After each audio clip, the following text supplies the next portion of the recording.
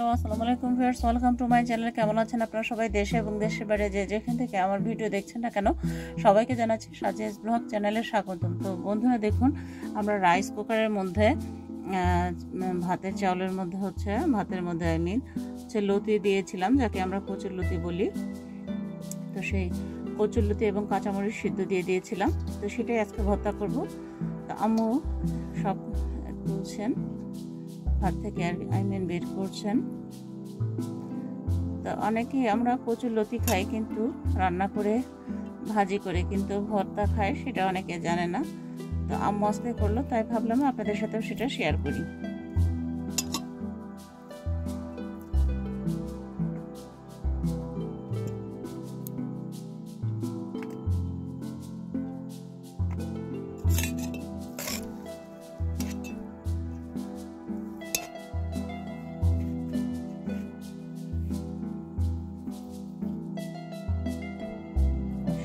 সব দেখাচ্ছি যাতে আপনারা এভাবে দিতে পারেন।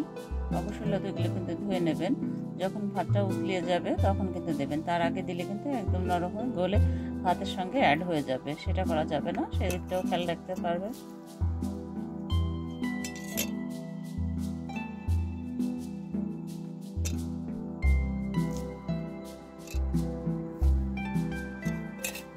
তো বন্ধুরা দেখুন, নিয়েছি। এখন পেঁয়াজ কুচি নিয়ে নিয়েছি, আর রসুন কুচি নিয়ে নিয়েছি পরিমাণ মতো, আর পরিমাণ মতো বা স্বাদ মতো লবণ দিয়ে দিলাম, হাড় লবণ।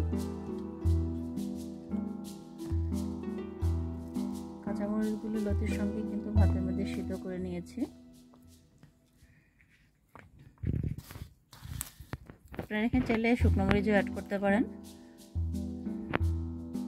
তো এখন পরিমাণ মতো সরিষার তেল দিয়ে দিচ্ছি।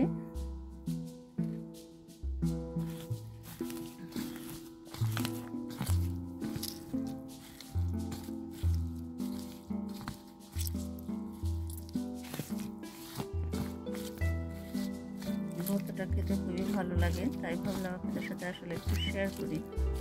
যারা কচুর লতি খেতে পছন্দ করেন, কচুর তরকারিতে তো রক্ত তৈরি করে, রক্ত পরিষ্কার করে, সেটাও আপনাদের সাথে শেয়ার করলাম।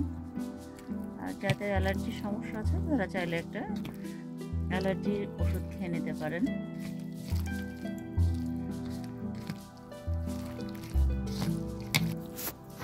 রোজা রাখার কারণে বন্ধুরা সবারই আসলে মুখে রুচি নষ্ট হয়ে যায়, আর এই রুচি ফিরিয়ে আনতে আমরা ভর্তা যদি রাখেন, তো এই ধরনের তেল মশলা ছাড়া, তো খেতেও সেরকম পুষ্টিদায়ক হবে, দেন রুচিটাও ফেরত আসবে, আর অনেকগুলো ভাত খেতে পারবেন সাথে। তাই ভাবলাম আপনাদের সাথে একটু শেয়ার করি।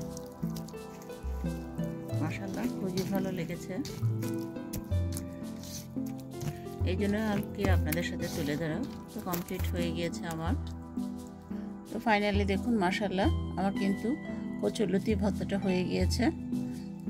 তো যারা যারা কচুরলতি খেতে পছন্দ করেন, তারা কিন্তু এভাবে একবার খেতে পারেন, ইনশাআল্লাহ খুবই ভালো লাগবে এবং পুষ্টিদায়ক এবং রুচি বৃদ্ধি হবে। তাই আপনাদের সাথে শেয়ার করলাম। সবাই সেই পর্যন্ত ভালো থাকুন, সুস্থ থাকুন, নিরাপদে থাকুন এবং অল টাইম সাজিয়াস ব্লগ চ্যানেলের সঙ্গে থাকুন। আর সবার কাছে একটা রিকোয়েস্ট, কেউ টেনে টেনে দেখবেন না, স্প্যাম কমেন্ট করবেন না, আর বাসায় বসে একবার ট্রাই করবেন। ট্রাই করে কেমন হলো কমেন্ট বক্সে কমেন্ট করে জানাতে কিন্তু একদমই ভুল করবেন না, কারণ আপনারা খুব সুন্দর সুন্দর কমেন্ট করেন।